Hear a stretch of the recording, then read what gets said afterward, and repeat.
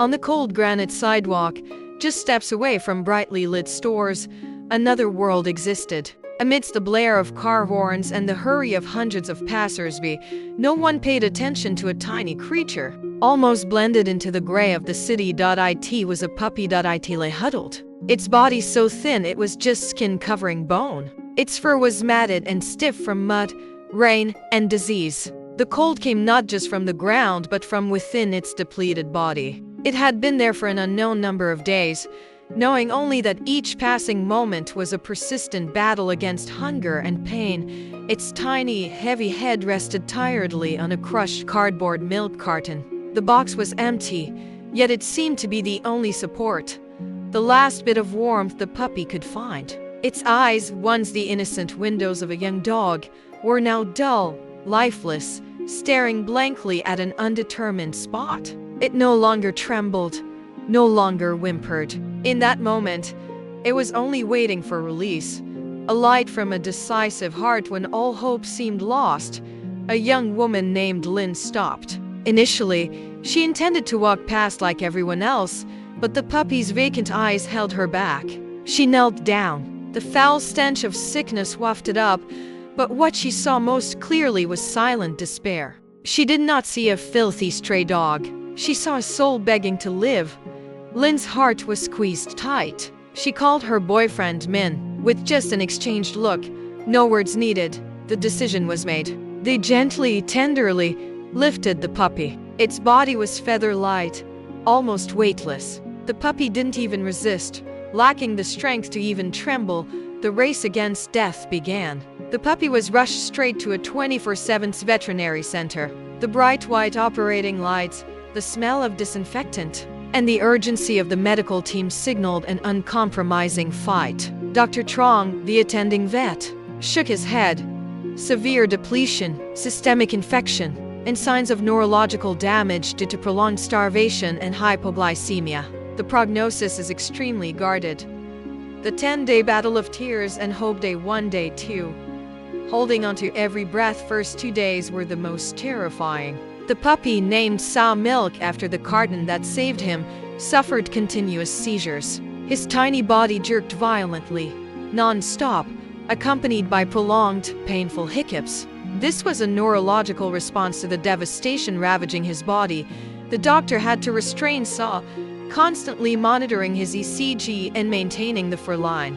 Drops of fluid, glucose, and resuscitation drugs were pumped into his small body, fighting the collapse of his internal organs. Lin and Min stood outside, hands tightly clasped, unable to tear their eyes away from the incubator. Each seizure Saw endured was a stab to their hearts. They prayed, not for immediate recovery, but just for Saw to retain that faint, weak breath. Day 3, day 5. Cleaning and the first calorie situation appeared less chaotic. The intensity and frequency of the seizures lessened. Saw was meticulously cleaned. The matted, muddy fur was shaved off, revealing a painfully thin body covered in scars. Once the infection was partially controlled, the doctors began trying to feed him via syringe. Thin porridge and warm milk, 1 milliliter at a time, were carefully pumped into his mouth. He swallowed with difficulty, often choking and coughing. But these were his first calories, the foundation for his body to fight back.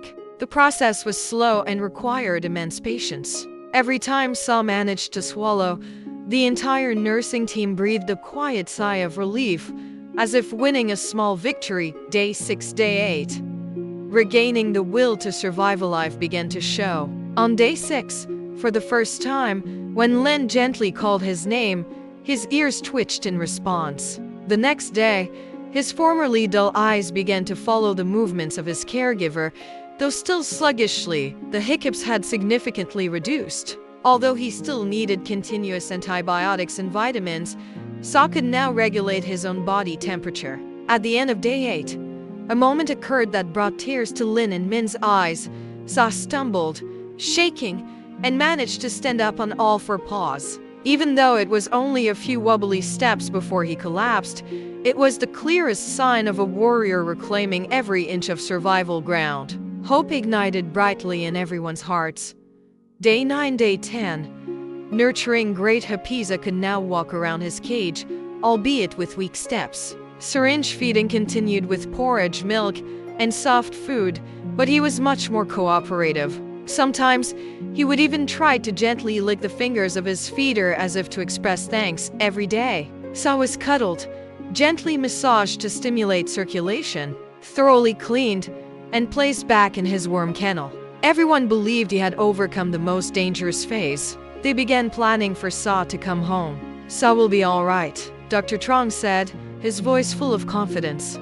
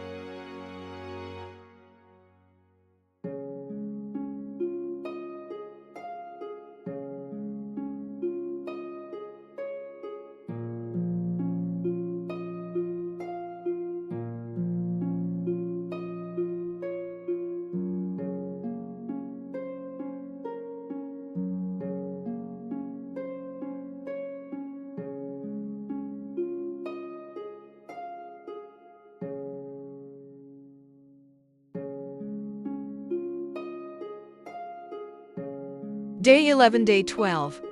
A painful turn just when they thought Sa's discharge day was near. The situation took a cruel and sudden turn for the worse on the morning of day 12. Sa could no longer stand. His breathing became heavy, shallow, and rapid. His heart suddenly weakened.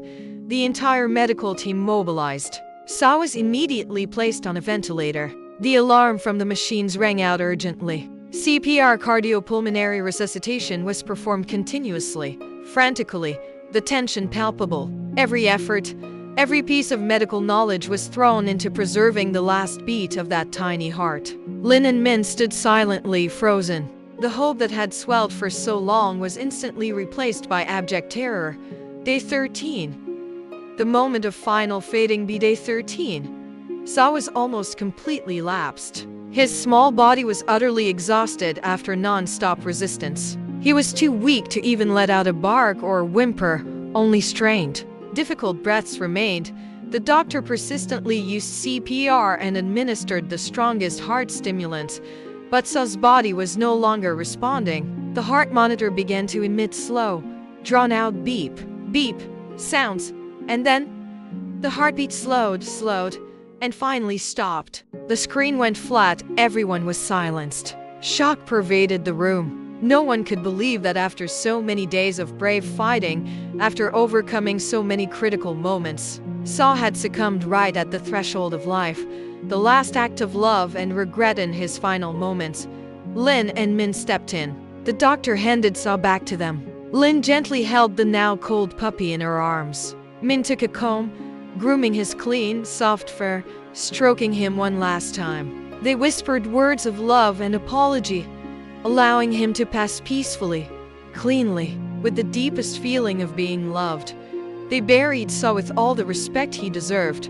Sa's death was a heartbreaking lesson and an unending regret. Life is sometimes too fragile, and a little delay can render all later efforts meaningless. If only we had found Sa a day, an hour sooner.